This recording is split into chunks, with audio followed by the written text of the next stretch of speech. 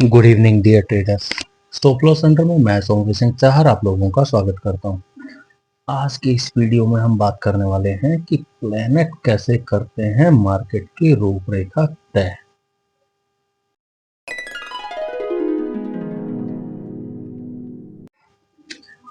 जैसे मैथमेटिक्स में 2 यूनिट 4 होता है, बहुत सारे फॉर्मूलेज होते हैं, तो सेम प्लैनेट के साथ भी होता है कि किसी पर्टिकुलर लोकेशन पे पर्टिकुलर जोडिएक साइन में आने के बाद उसका असर देखने को मिलता है।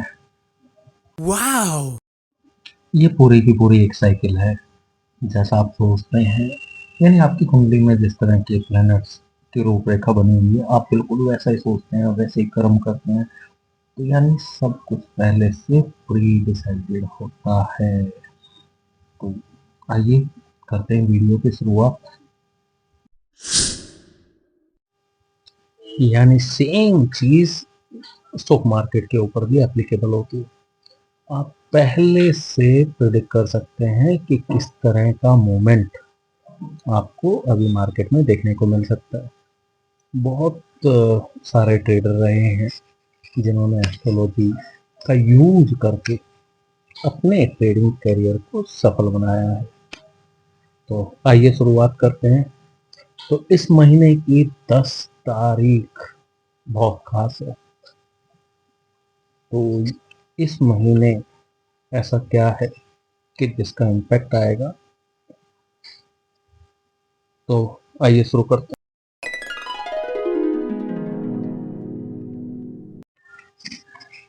यानी मून और जुपिटर के बीच की जो दूरी रहने वाली है वो 120 डिग्री रहेगी 10 तारीख को।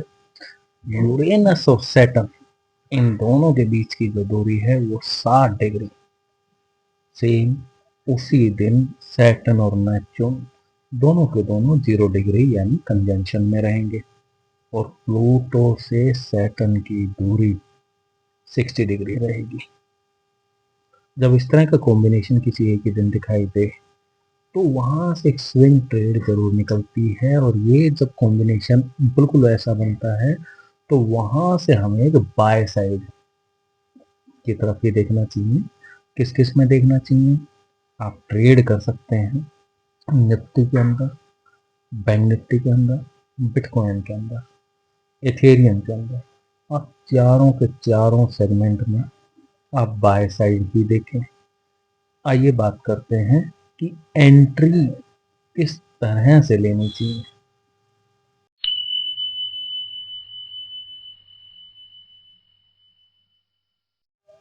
सबसे पहले तो ये कि जब आप 10 तारीख के बाद कोई भी स्विंग ट्रेड लेते हैं तो आप बाय साइड में ही प्रेफर करेंगे तो ज़्यादा बेनिफिशियल रहेगा।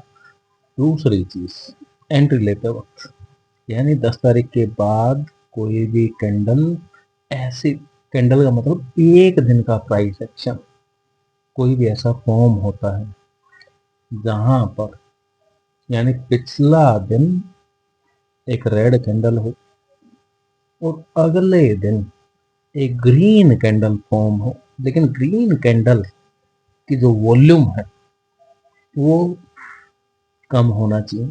यानी पिछले दिन से ये कॉम्बिनेशन आप दोबारा सुनना। होता क्या है, ये लॉजिक मैं आपको बताता हूँ। जब एक्चुअल ब्रेकआउट हो रहा होता है उस टाइम किसी को नहीं पता होता, तो वो जब पूरी एक रैली में फॉर्म हो जाता है, जब लोग जाके उसमें पार्टिसिपेट करते हैं, यानी बाय के केस में आपको वॉल्यूम कम चाहिए होता है अगर आपकी एंट्री टू द पॉइंट होती है। तो मैंने अपना व्यू बताया।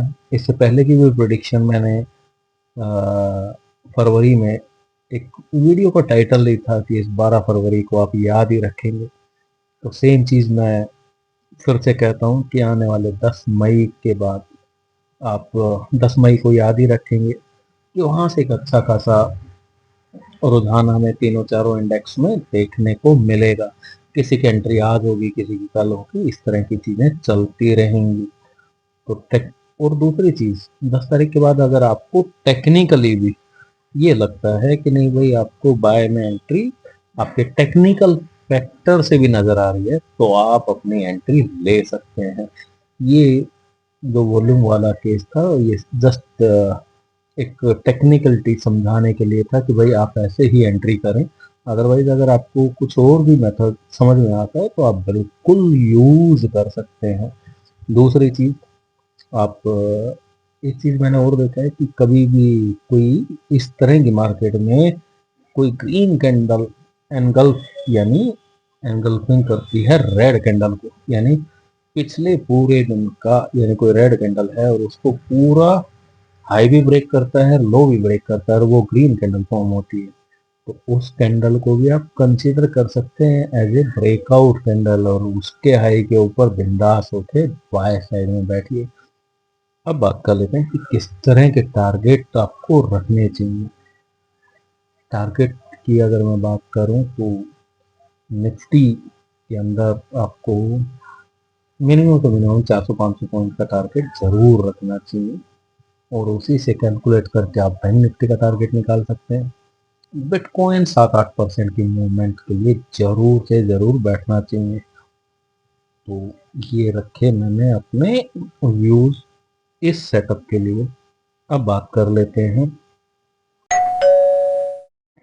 अगर आप भी सीखना चाहते हैं पूरा का पूरा सेटअप, तो स्ट्रेटजी नाम का फोल्डर है और वहां पर आपको मल्टीपल सेटअप्स इसी तरह के नजर आएंगे कि कौन से प्लेनेट के कॉम्बिनेशन से मार्केट किस तरह का रिएक्शन दे सकती है, क्या किया जा सकता है, यानी एडवांस में आप प्रिडिक्ट कर सकते हैं।